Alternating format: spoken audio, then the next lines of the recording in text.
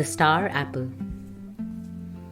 There was once a little boy who was tired of all his picture books, tired of all his puzzles, and tired of all his toys.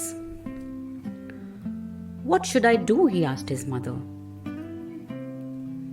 Now, this little boy's mother always knew beautiful things for little boys to do, and she said, "You should go on a journey and look for a little red house with no windows and no doors, and a star hiding inside." Well, the little boy's eye grew wide with excitement. "But mother, where could I find such a house?" he said. "Down the lane, past the farmer's house, and up the hill. But be sure, when you find it, to bring it back to show me." So the little boy set out. It was a beautiful day. The sun was shining, the sky was blue, and he was happy to be going on an adventure. He skipped down the lane, singing to himself. He hadn't gone far when he saw the farmer standing outside his big brown barn, looking out over his fields of grain and corn. "Excuse me, farmer," said the little boy. "Can you tell me where I could find a little red house with no windows and no doors and a star hiding inside?" "Well," said the farmer, "I have lived here a good many years, and I don't know of such a house. You should ask Grandma. Grandma knows how to knit red mittens, and Grandma knows how to make sticky toffee popcorn balls. Grandma will surely know." The little boy continued down the lane, looking for Grandma's house. Soon, he came to where Grandma was sitting on her rocking chair in the middle of a garden of herbs and marigolds. "Excuse me, Grandma," said the little boy.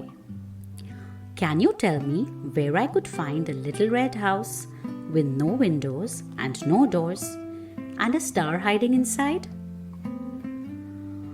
"Oh," sighed Grandma, "I should like to know of such a house myself. It would be warm when the nights are cold, and the star would make a beautiful light." "You should ask the wind. The wind blows over the hills and through the valleys. The wind blows all around the world. The wind knows all the secrets." So the little boy continued on his journey, looking for the wind. He started to climb up a hill, and he hadn't gone far when down the hill to meet him came the wind.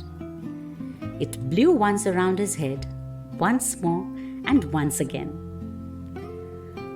"Excuse me, wind," said the little boy.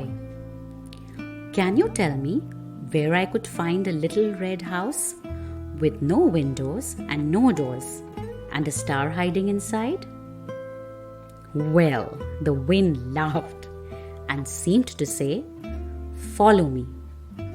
It blew to the top of the hill to where an apple tree stood.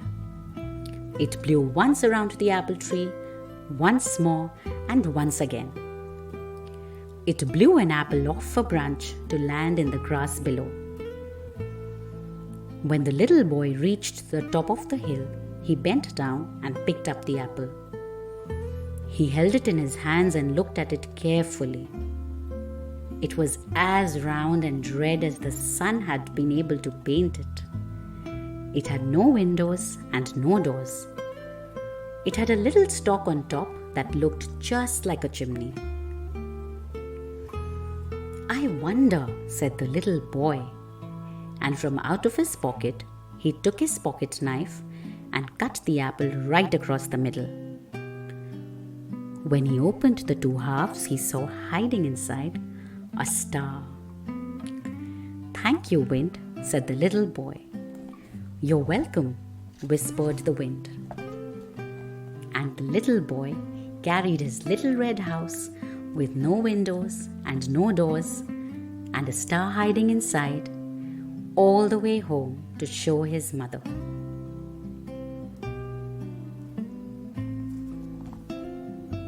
Thank you for listening to Tosuno by Sneha.